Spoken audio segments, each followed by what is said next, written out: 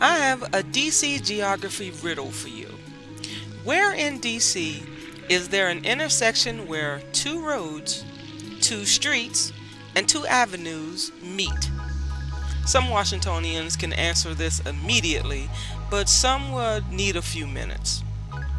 If you follow me, I'll take you there and I'll let you know where I am and what the updates are in the area. So let me show you. Here in this intersection, northeast, Benning Road that way, Bladensburg Road that way, Florida Avenue, 8th Street, Maryland Avenue, and 15th Street that way.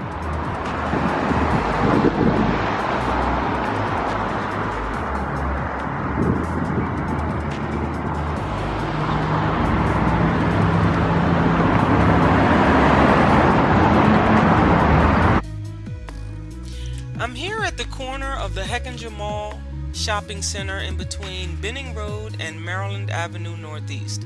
And there's a lot of new developments in this area.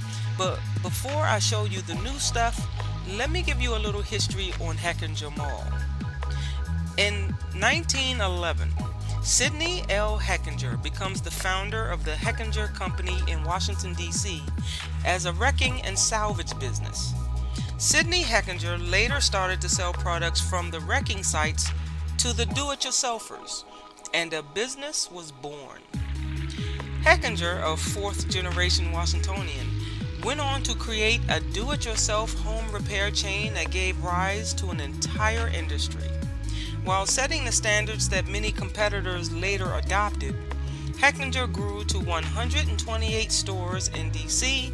and 24 states by the early 1990s.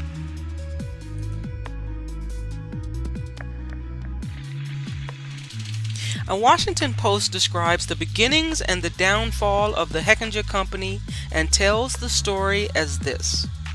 In 1919, Hechinger opens his first store at 6th and C Street Southwest. In 1924, Hechinger develops the strategy that would become its hallmark, targeting homeowners intent on doing their own repairs and restorations. In 1933, Hechinger grows to 4 stores. In the 1940s, in the boom of suburban living and the years after the war, Hechinger stores stocked 5,000 items and sales topped $1 million. In 1958, Sidney Hechinger dies and his son, John W. Hechinger, fresh out of college, and his son-in-law, Richard England, take over the company. In 1972, Hechinger's son takes the company public and adopts the motto, "The world's most unusual lumber yard."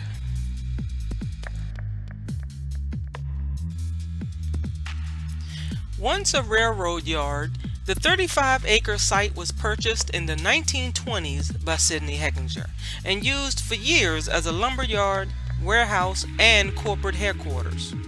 When his son, John Hechinger, moved the company's operations to Maryland in 1975, he decided to develop the old lumber yard they were leaving behind and thought a mall was the best thing to build in its place. It would be perfect for the neighborhood.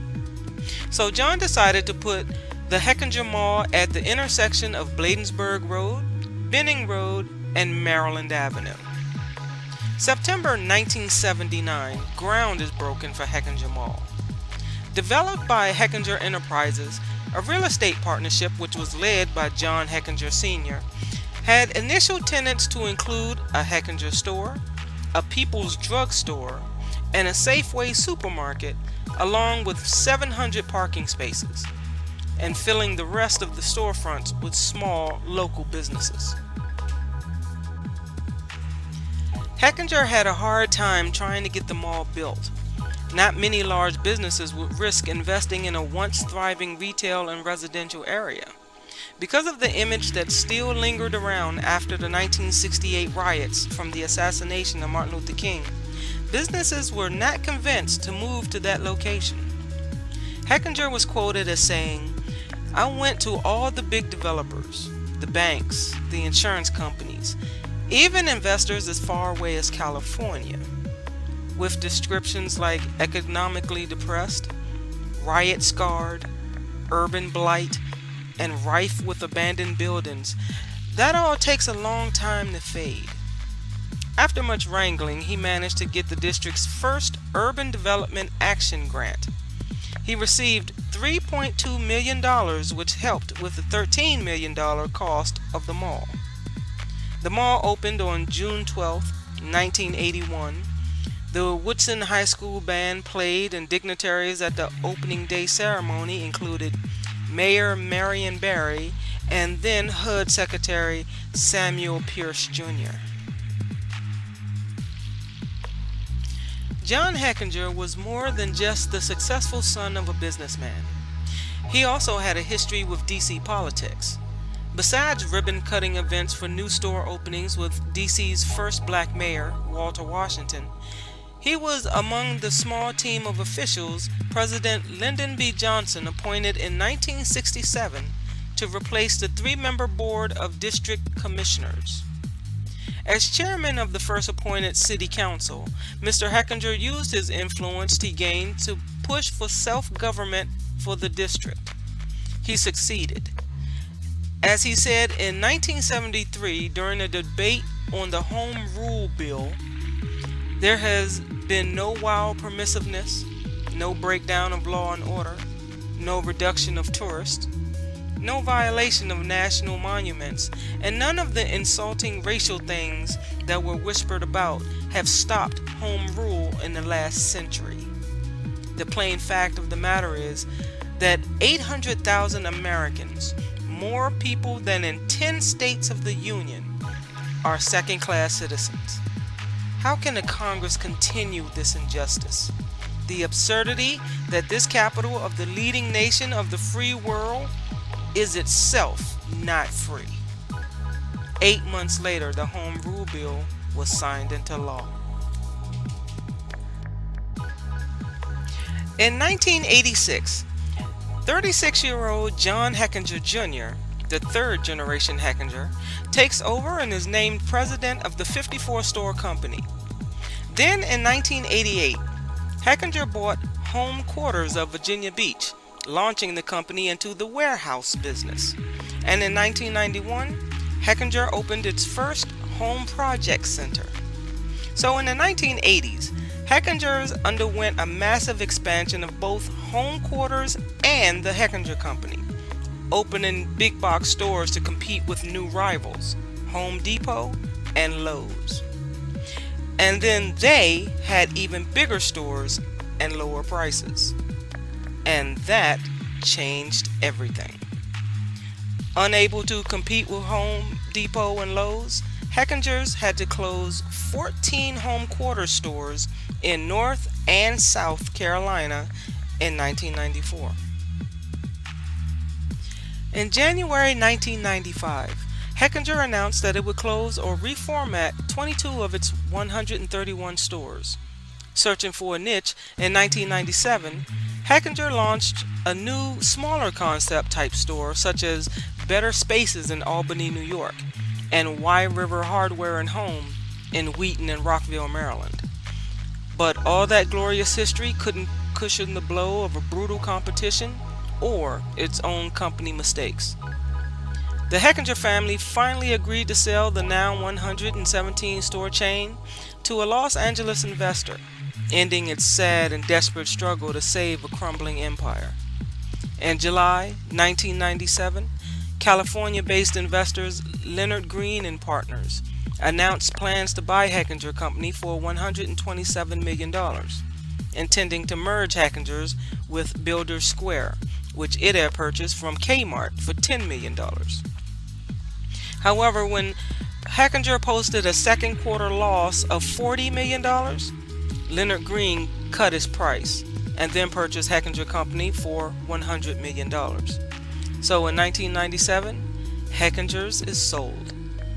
The family no longer have any role in the Hechinger Company, and in September 1999, Hechingers' assets were liquidated, including its 117 stores. In 2004, Home Decor Products bought the Hechinger brand name and opened an online retailer the next year, which sold the same products as it formerly did. But on February 5th, 2009, it was announced that the online store would shut down and Hechinger would no longer sell any tools. Experts familiar with Hechinger said that the Largo, Maryland-based company lost its direction when it abandoned its roots as an upscale neighborhood hardware store for the handyman and homeowner, but instead tried to imitate a new breed of home center introduced by Home Depot. When it failed to master the warehouse format, the company lost its chance to stay a niche player in an industry it had created. A frenzy of reinvention and expansion only led to frustration and failure. Hechinger abandoned its original market, its sales dropped, it lost millions of dollars, and its once cozy corporate culture was all but decimated. Hechinger was the first home center chain store for do-it-yourselfers, when most early home centers were courting contractors and professional builders. The company's reliance on the individual buyer rather than commercial business not only gave Hechinger its unique niche, it also gave it an advantage, especially when the economy fluctuated, the time when people were most likely to do the work themselves. Okay, so now I want to take you up Bladensburg Road to show you some new stuff happening in this area as described in this article from Urban Turf. We'll start our journey at Starburst Plaza and we'll work our way up the street. I also want to stop and give a big thank you to my big cousin Bruce for giving me rooftop access to this building at 808 Bladensburg Road called the Fortitude at Delta Apartments. And this is right across the street from the Starburst Plaza. This building is a new building at this intersection. It opened 2 years ago in 2020. But now I want to direct your attention towards the CVS. The building behind the CVS is a fairly new apartment building. And what I mean by fairly new, I mean it's been there for less than 10 years. The last part of this building is less than 2 years old. That building has been worked on in stages, and the first phase of that apartment building complex is the section behind the CVS. That building used to be a Sears and Roebuck department store. Sears came to DC with its first store on Bladensburg Road in 1929. Before it opened a second store on Wisconsin Avenue Northwest in 1941. The Sears finally closed on Bladensburg Road in 1982. The low sales hit Sears hard when the Hechinger Mall opened in 1981. So John Hechinger bought the old Sears property just months after the store closed in 1982, as part of a plan to redevelop commercial areas around the new Hechinger Mall and Maryland Avenue. Hechinger offered to sell the property to the government, but government officials weren't interested in that location. So now, many years later, it's an apartment building with first floor retail space still waiting for businesses to fill it. Across the street at 824 Bladensburg Road, the Dollar Plus store is now closed and empty. There's a new building beside it now, and they sit directly across the street from the CVS. I now realize I stood too far away to take a clear picture, so I googled the street, which still shows the liquor store, but shows the new building as it was still being built. And more importantly, I didn't get close enough to tell if the building is occupied yet. So for now, I'll call that building 800 Bladensburg Road. So in the next block at 900 Bladensburg Road is the 7-Eleven convenience store. Next to that is W.S. Jinks & Son hardware store. And according to their own website, they have been at this location since 2014. Walking one more block, we cross K Street in the 1000 block of Bladensburg Road. So we'll pass a used car lot and the Sequoia School Child Care and Early Learning Center. And according to its website, its grand opening was September 1st, 2021, and claims to be the first parent-led co-op turned child care center funded by the district government. Tuition, hours of operation, the mission statement can all be found on its website, sequoiaschooldc.com. And across the street is still the Amco transmission shop. That's been there for decades. Across the street is 1028 Bladensburg Road. La Demurin Vu. I hope I'm pronouncing that right. This condo building opened in 2021 and has 1, 2, and 3 bedroom condos listed between $300,000 and $500,000. This obviously is another building that gentrified this area. So a few doors down is the Stanton Liquor Store. It looks like it's closed, but since I was across the street, I can't tell because I'm so far away, but that's been there for years.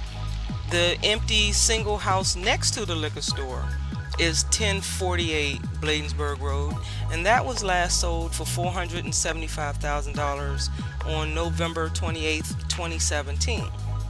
So this building is listed with a construction date of year 1900, and it's not currently on the market, so I suspect that this house and the store will be another new apartment building in a few years. And when it is, I'll do an update. Moving to the end of the block at 1060 Bladensburg Road is a 4-story green building called Hyacinth's Place. According to its website, Hyacinth's Place is a permanent, affordable housing program in DC that provides comprehensive, therapeutic, and social reintegration services for homeless women with a mental diagnosis. In collaboration with the DC Department of Behavioral Health, we create an environment to nurture and support each woman's recovery, focusing on emotional, financial, and vocational stability. Serving all 8 wards, this development provides 15 furnished residential studio apartments, complete with individual full bathrooms and kitchenettes. The building space accommodates staff offices, laundry facilities, and group activities. Hyacinth's Place can be contacted at hyacinths.org and on Facebook. Their phone number is 202-618-3344 or 202-618-3345. So now we'll come to the end of this block, and like any DC neighborhood, we come to the end of the block with another liquor store.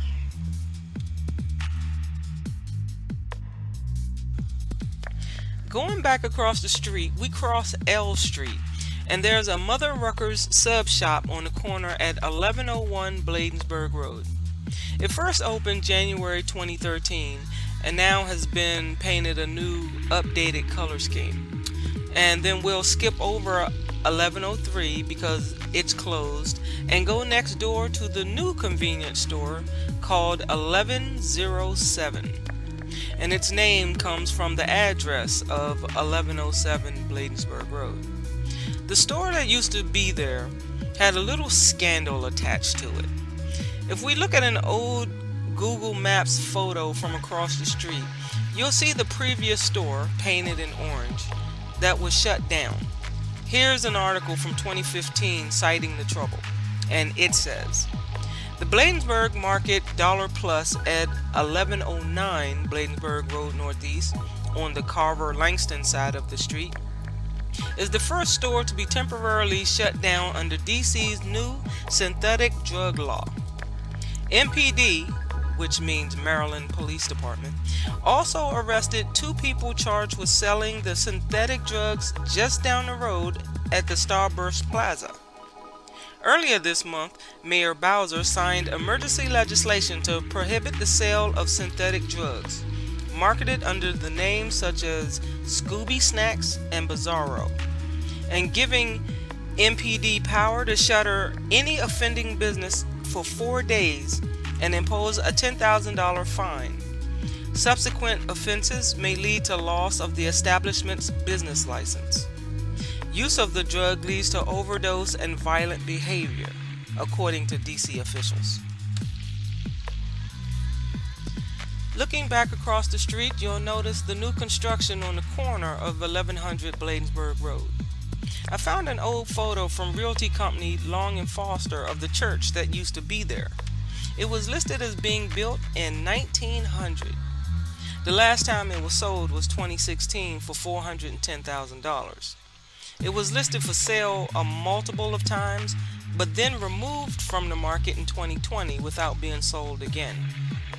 Next door, 1102 looks empty, and 1104 Bladensburg is Goins Laundromat, and it opened in 2008. The address 1106 is listed for St. Michael College of Allied Health, but it looks closed to me. I didn't go across the street to find out if it was still open. So back on my side of the street, we'll walk past the Wonder Automotive Tune-Up and Collision Center and pay attention to the other side of the street, which is 1122 and 1164 Bladensburg Road. 1122 is the Etta apartment building with 2 bedrooms and 2 bathroom apartments. It's named after R&B singer Etta James because the website says they want you to live with soul. This building opened in 2020, and the Etta wasn't a remodel of an existing building. This building was built from the ground up. So for more info, the website is theettadc.com. And the building sitting next to the Etta is 1164 Bladensburg Road. This senior building is called the 1164 Apartments, and it's for tenants aged 55 and older. Some of the 1-bedroom apartments are set aside for low-income residents, and this building stretches all the way to the corner of Miggs Place and Bladensburg Road.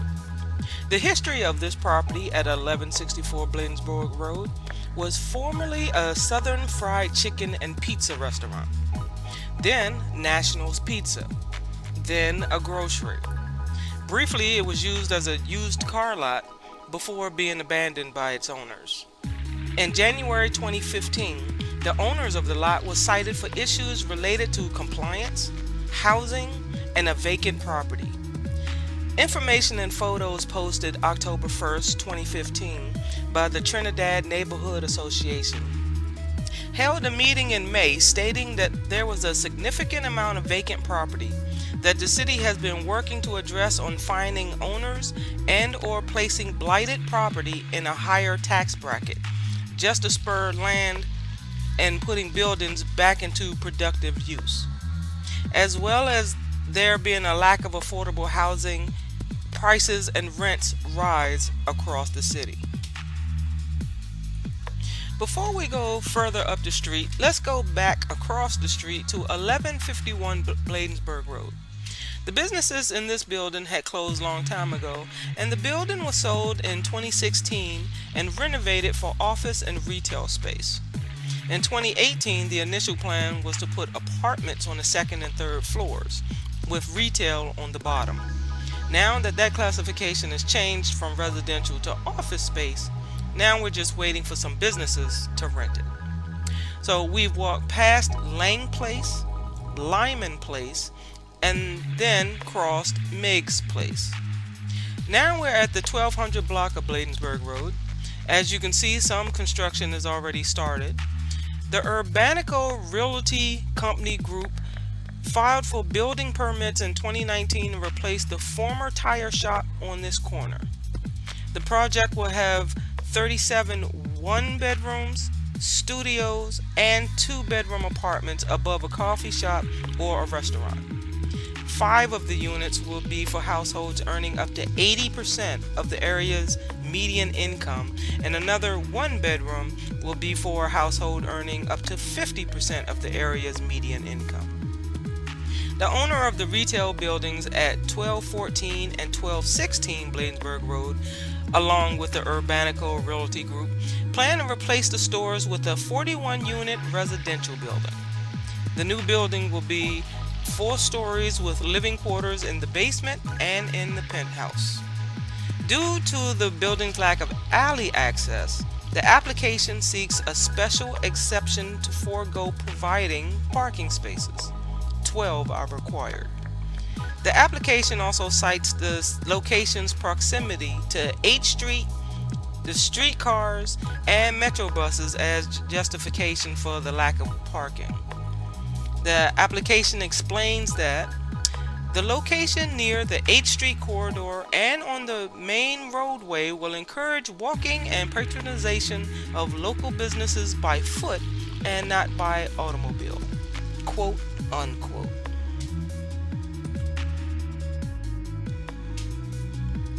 The apartment building at 1230 Bladensburg Road is the last residential building on this block. But this block ends with a Denny's restaurant and its parking lot. This large intersection crosses Mount Olivet Road and 17th Street. Then Bladensburg Road continues further down for many more miles as it crosses the state line into Maryland. I want to show you one more property before I turn around. Crossing the street at 17th Street and Bladensburg Road is a row of houses.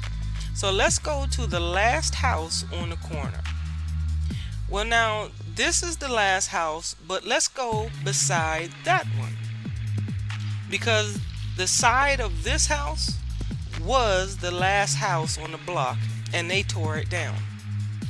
There's a wooden cover in front of the property now, so it's hard to tell, but this little house sat between Eddie's fast food carryout and the house beside it. But this house at 1249 Bladensburg Road used to be used as a church, and the demolition of the old little church started in 2020, but work stopped multiple times until the end of 2021.